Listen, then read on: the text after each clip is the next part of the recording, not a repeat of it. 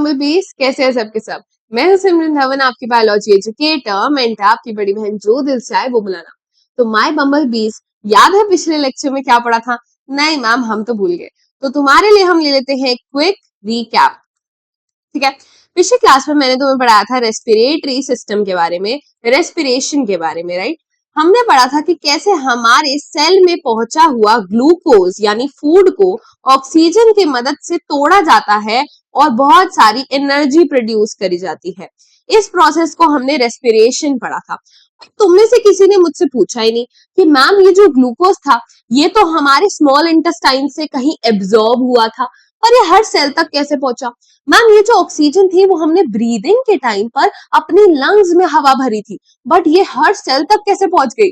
तो बेटा आज इसी का जवाब मैं बताने वाली हूँ कि भाई कोई तो ऐसी चीज है हमारी बॉडी में जो ट्रांसपोर्ट का काम कर रही है, जो बन रही है टेम्पो वाले भैया की आओ मैं तुम्हारा सामान इधर से उधर पहुंचा दूंगा।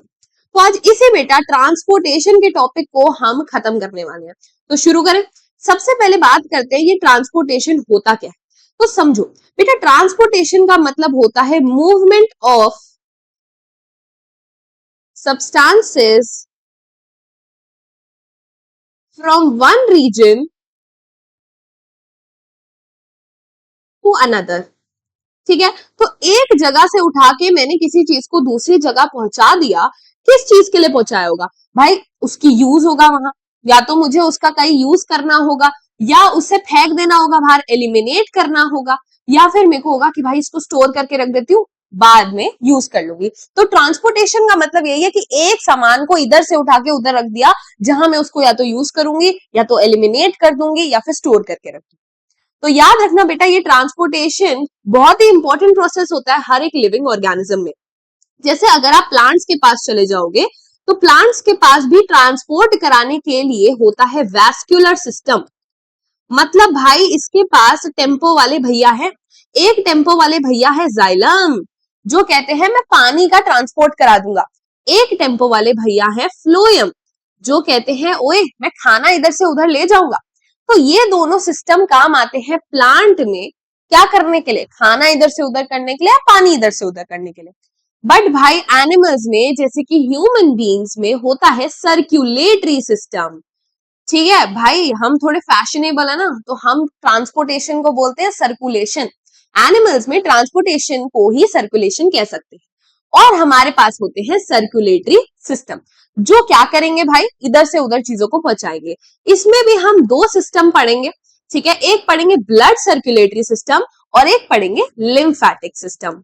तो भाई रेडी हो? स्टार्ट करें। सबसे पहले हम पढ़ेंगे प्यारे प्यारे प्लांट्स के अंदर कैसे ट्रांसपोर्ट होता है इस चीज। अब मुझे क्वेश्चन का आंसर दो भाई। हम बचपन से पढ़ते आ रहे हैं कि मैम प्लांट्स को खाना बनाना, राइट। ये जो लीफ है इसको खाना बनाना है, और इसके लिए ये कार्बन डाइऑक्साइड ले लेगा, सनलाइट ट्रैप कर लेगा, बट साथ ही साथ इसको चाहिए वाटर। वाटर के साथ ना इसको कुछ मिनरल्स भी चाहिए। अरे भाई ताकत चाहिए ना उसको, समझो। उसको नाइट्रोजन चाहिए, फास्फोरस चाहिए, पानी चाहिए, सब कुछ चाहिए। भाई पानी मिलेगा कहां से? पानी तो रूट्स एब्जॉर्ब कर लेंगे। ठीक है भाई, तो रूट्स ने पानी एब्जॉर्ब कर लिया। अब ये पानी लीफ तक कैसे पहुंचेगा? तो भाई एक चीज हो सकती है कि ये पौधा बहुत ही छोटा है, चुट्टू सा है, तो क्या होगा? पानी जैसे ही रूट्स में आएगा तो डिफ्यूजन के थ्रू। डिफ्यूजन क्या होता है भाई? डिफ्यूजन ना नेचर का एक लॉ है। नेचर कहता है कि भाई मुझे ना कहीं भी कमी पसंद नहीं है, कहीं पे जो चीज अपनी हायर कंसंट्रेशन में होती है वो वहां से उस जगह मूव कर जाएगी जहां वो लो कंसंट्रेशन में है। पानी यहाँ ज्यादा था, लीफ में कम था, तो पानी ऊपर चले जाएगा। यार अब ये पौधा अगर छोटा है तो ये काम जल्दी से हो जाएगा, पर सोचो इतना बड़ा ट्री है भाई, ये होने में तो सालों साल लग जाएंगे। तो प्लांट कैसे काम करेगा? तो बस इसलिए जब प्लांट बेटा बहुत ज्यादा बिग हो जाता है तो उसको स्पेशलाइज्ड वैस्कुलर सिस्टम चाहिए, उसको स्पेशल सिस्टम चाहिए जो क्या करेगा? इस काम को करेगा, जो वाटर पहुंचाएगा, मिनरल्स पहुंचाएगा। क्या ये बात क्लियर है? बट स्मॉल प्लांट्स में, जो बहुत ही छोटे प्लांट्स है जिसमें रूट्स और लीफ का गैप बहुत छोटा है, वो सिंपल डिफ्यूजन से भी ये काम कर सकते हैं। पर हमें तो क्या पढ़ना है? हमें तो ये स्पेशलाइज सिस्टम पढ़ना है। तो चलो स्टार्ट करते हैं। भाई हमारे प्लांट के पास ना दो सिस्टम है, मतलब वैस्कुलर सिस्टम में दो टाइप के टेम्पो वाले भैया हैं। एक है जाइलम और एक है फ्लोएम। भाई तुम बचपन से पढ़ते भी आ रहे हो, जाइलम जो है ना वो वाटर का ट्रांसपोर्ट कराता है। ये वाटर ट्रांसपोर्ट कराता है और वाटर के साथ साथ कुछ डिजॉल्व्ड मिनरल्स भी ट्रांसपोर्ट तो कराता है, बट किस डायरेक्शन में? अपवर्ड डायरेक्शन में। भाई रूट्स ही तो पानी एब्जॉर्ब करेंगी, अब तो पानी ऊपर ही जाएगा, ठीक है। और बेटा इस प्रोसेस को कि हम पानी को ऊपर चढ़ा रहे हैं, इस प्रोसेस को हम बोलते हैं एसेंट ऑफ सैप। क्या ये बात क्लियर है? मैम ये सैप क्या होता है? एसेंट का मतलब तो होता है ऊपर चढ़ना, सैप का मतलब क्या होता है? बेटा ये जो वाटर है इसके साथ जो भी डिजॉल्व मिनरल्स हैं, इन सबको, इस सोल्यूशन को, इस घोल को हम सैप बोल रही है। क्या ये बात क्लियर है? मैम बट हम फ्लोएम की बात करें तो बेटा फ्लोएम फूड का ट्रांसपोर्ट कराता है। अब फूड तो किसने बनाया था? लीफ ने बनाया था। ये प्लांट था, यहाँ लीफ थी। अब हो सकता है भाई इस लीफ से खाने को ऊपर जाना हो या इस लीफ से खाने को नीचे जाना हो। तो याद रखना फूड का ट्रांसपोर्ट कराने वाला फ्लोएम बाय डायरेक्शनल ट्रांसपोर्ट करता है। खाना नीचे भी भेज सकता है, ऊपर भी भेज सकता है। फूड को ट्रांसपोर्ट करता है, हार्मोन्स को ट्रांसपोर्ट करता है from leaves to the rest of the plant. और इस प्रोसेस को जिसमें हम खाने को या तो ऊपर भेज रहे हैं या नीचे भेज रहे हैं, इस प्रोसेस को हम बोलते हैं ट्रांसलोकेशन। ठीक है, इधर से उधर भेज दिया। ठीक है, तो सबसे पहले हम पढ़ेंगे जाइलम को। ध्यान से देखना, एक एक चीज को समझाऊंगी, इधर उधर मत देखो, जो मैं पढ़ा रही हूं वहां देखो। जाइलम की बात करें बेटा तो सबसे पहले तो समझो जाइलम एक टिश्यू है। बचपन से पढ़ते आ रहे हो, tissue is a group of cells. तो बेटा जाइलम में 4 सेल्स आते हैं, 4 तरीके के सेल्स आते हैं। पहला आपका है जाइलम फाइबर, दूसरा है जाइलम वेसल, जाइलम पैरेन्काइमा और जाइलम ट्रैकीड्स। अब बेटा ये जो वेसल है और ट्रैकीड्स है ना, ये पाइप जैसे हैं। जैसे तुम्हारे घरों में पानी के पाइप होते हैं, बिल्कुल वैसे ही होते हैं। जाइलम फाइबर समझ लो वो आयरन की रॉड जैसे है जो इस पूरे सिस्टम को सपोर्ट करके रख रही है। ठीक है, और जाइलम पैरेन्काइमा ऐसे सेल्स हैं जो कुछ भी अगर एक्स्ट्रा बच गया है तो उसको स्टोर करके रख लेते हैं। ये चीज मैंने तुम्हें थोड़ी बता दी कि सिस्टम क्या चल रहा है। ठीक है, बट हमें तो ये पढ़ना है कि ये पानी एक्चुअल में ट्रांसपोर्ट कैसे हो रहा है। हम बचपन से क्या पढ़ते आ रहे हैं मैम कि हमारे प्लांट में जो रूट है ना, जो रूट है वो वो वाटर को एब्जॉर्ब करती है। तो यहाँ ध्यान से देखो, ये रूट को ही आपको रूट के सेल्स दिखा रखे, ये रूट के सेल्स हैं और ये क्या है? ये सॉइल है। ठीक है, अब सॉइल में ही तो हमारा पानी होता है, हम सॉइल में पानी डाल देते हैं। तो अब सॉइल के अंदर पानी पड़ा है और रूट को चाहिए ये पानी, रूट को इस पानी को एब्जॉर्ब करना है। ये दिमाग लगाती है कि कैसे एब्जॉर्ब करूं, कैसे एब्जॉर्ब करूं। ठीक है, तो व्हाट हैपेंस, इसको अब कुछ करना है तो रूट के सेल्स थोड़ा दिमाग लगाते हैं और वो यूज करते हैं ऑस्मोसिस के प्रोसेस। ऑस्मोसिस बेटा एक नेचुरल प्रोसेस होता है, ठीक है, जिसमें क्या होता है, मान लो अगर एक सेल है, ये एक सेल है और इसके अंदर पानी कम है और बाहर पानी ज्यादा है, तो नेचुरली क्या होगा, ये पानी जहां वो ज्यादा था वहां से मूव करके अंदर आ जाए। तो सेल के अंदर पानी कम है, बाहर ज्यादा है, तो पानी अंदर आ जाए। तो रूट के सेल सोचते हैं अब हम यही करें। रूट का जो सेल है, मान लो ये रूट का सेल है, अब ये रूट का सेल क्या करेगा, actively take up ions. Ma'am ये क्या बोल गए? Actively take up ions. Actively का मतलब एनर्जी का यूज करके, टेकअप का मतलब अंदर ले लिए आयंस, मतलब जो भी पड़ा है ना मिनरल आयन वगैरह, उसको जबरदस्ती अंदर ले लिया। अब यहाँ बहुत सारे आयंस आ गए सेल के अंदर। अब ऐसे समझो कि भाई एक पानी का ग्लास था, उसमें बहुत सारा पानी था, अब मैं उसमें सॉल्ट डाले जा रही हूँ, तो या तो मैं कह सकती हूँ भाई इस पानी में मैंने बहुत सारी सॉल्ट डिसॉल्व कर दी, या मैं बोल सकती हूँ मैंने इसमें थोड़ा पानी की कंसेंट्रेशन ना कम कर दी है। बिल्कुल सेल वही कर रहा है, ज्यादा से ज्यादा आयंस लेके वो अपने अंदर की पानी के कंसेंट्रेशन को कम कर ले रहा है, जिस वजह से अब उसके अंदर वाटर कंटेंट कम हो गया है और सॉइल में वाटर जो है वो ज्यादा है। तो अपने आप क्या होगा बेटा, ऑस्मोसिस के थ्रू वाटर अंदर आ जाएगा।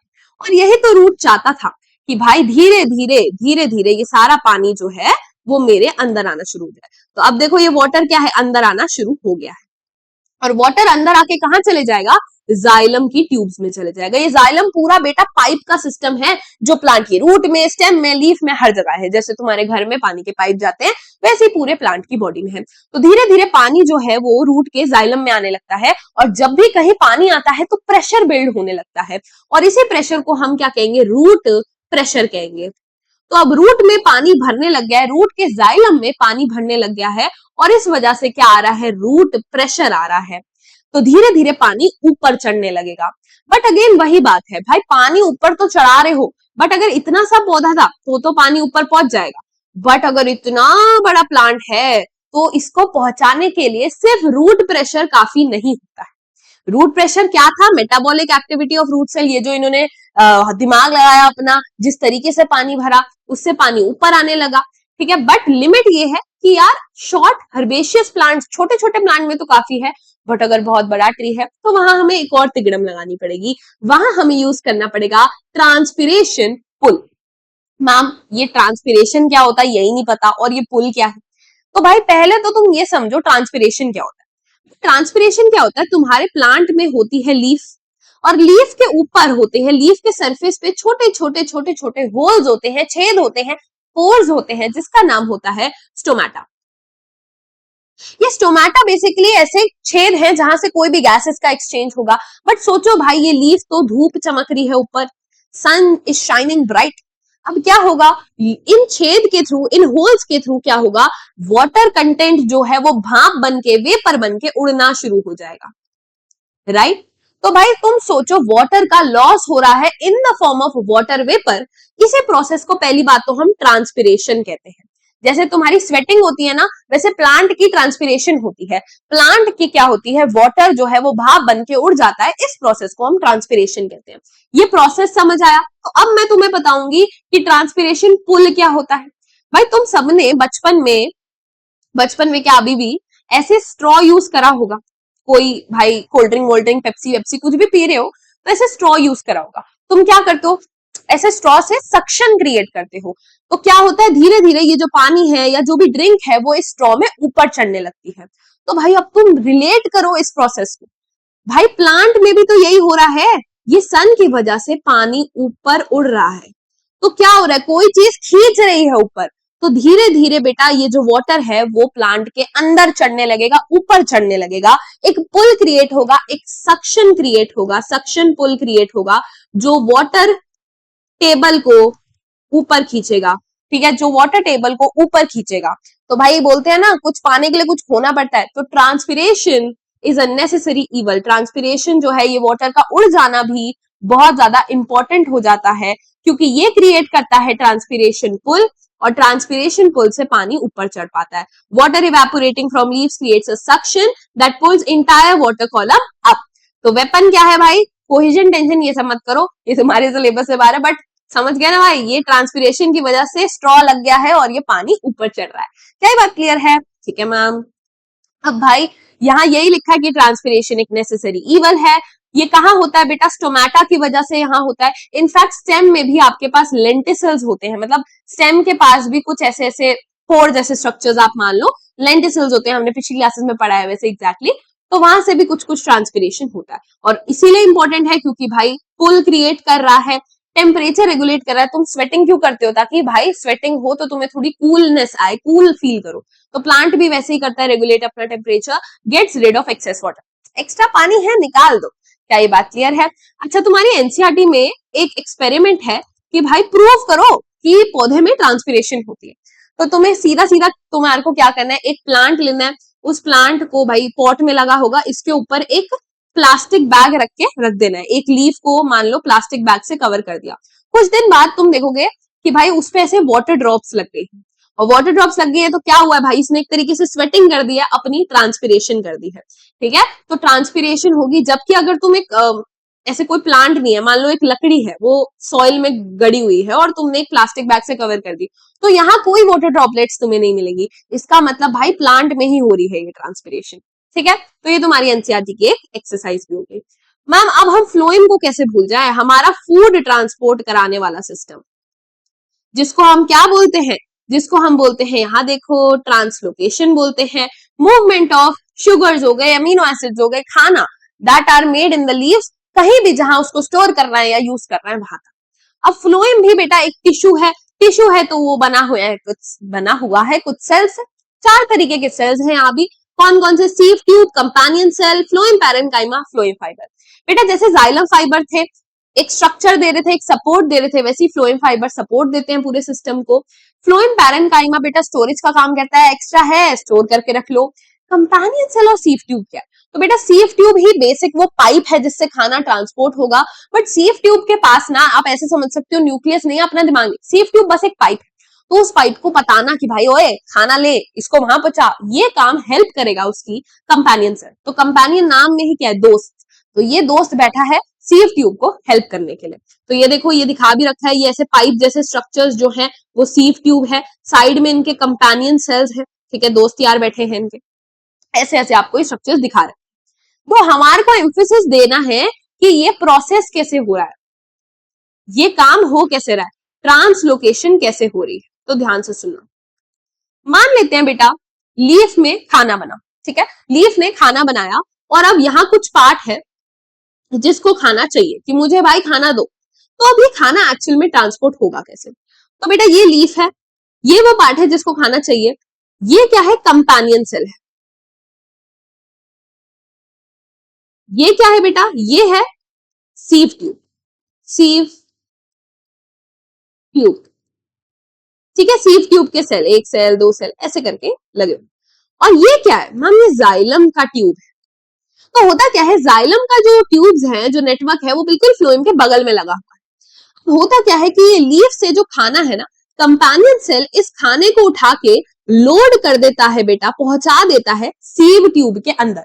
तो उठा के पहुंचा दिया कंपेनियन सेल ने खाने को। बात बताओ बेटा, यहाँ बहुत सारी शुगर इकट्ठी हो गई, तो शुगर इकट्ठी हो गई है, तो इस एरिया में बहुत सारी शुगर है, कहने का मतलब यहाँ जो है वाटर कंसंट्रेशन जो है वो कम हो गई है ना। वही वाला एग्जांपल समझ लो भाई, चीनी ज्यादा मिला दी तो वाटर कंसंट्रेशन कम हो गई।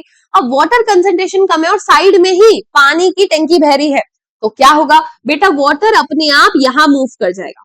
तो अब क्या होगा, वाटर जाइलम से उठ के सीव ट्यूब में आ जाएगा।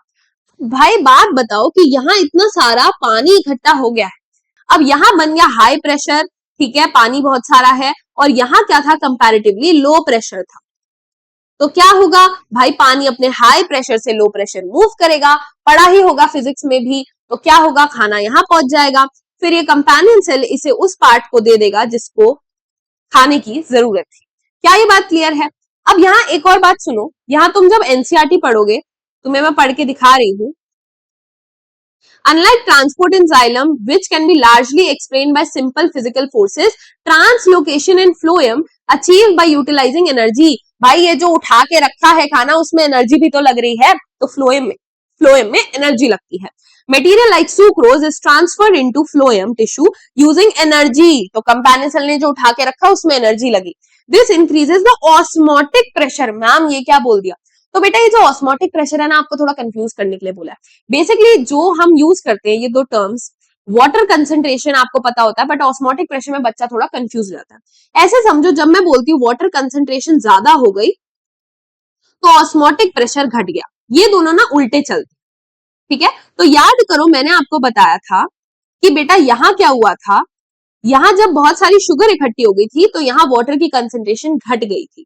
तो इसी को या तो आप ऐसे बोल दो वाटर की कंसंट्रेशन घट गई, या फिर आप ऐसे बोल सकते हो कि बेटा ऑस्मोटिक प्रेशर जो है वो क्या हो गया, खुद बोलो, इंक्रीज हो गया।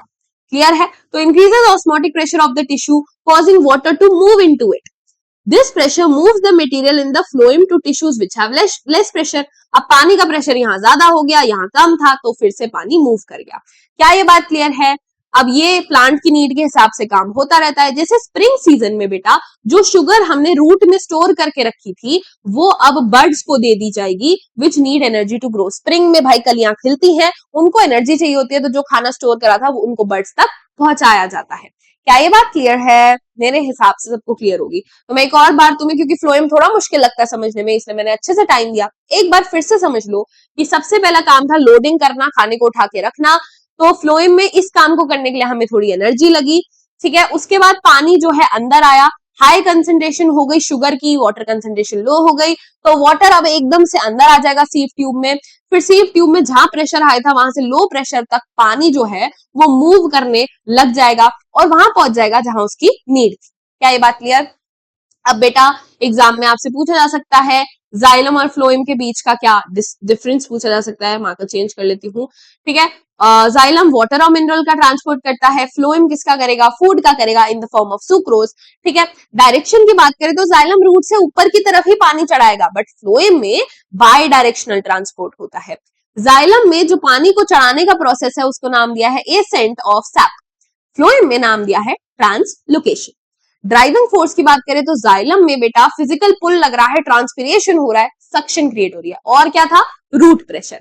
ठीक है, और आपको पता है जो रूट प्रेशर है ना, सोचो भाई अभी धूप थी तो ट्रांसपिरेशन हो रहा था, ट्रांसपिरेशन पुल हो रहा था, बट रात को जब सन नहीं होगा तो सिर्फ रूट प्रेशर ही हेल्प करता है इस पानी के ट्रांसपोर्ट में। फ्लोएम में एनर्जी लग रही थी बेटा, ये एक फिजिकल प्रोसेस में, इसमें एनर्जी भी लग रही थी।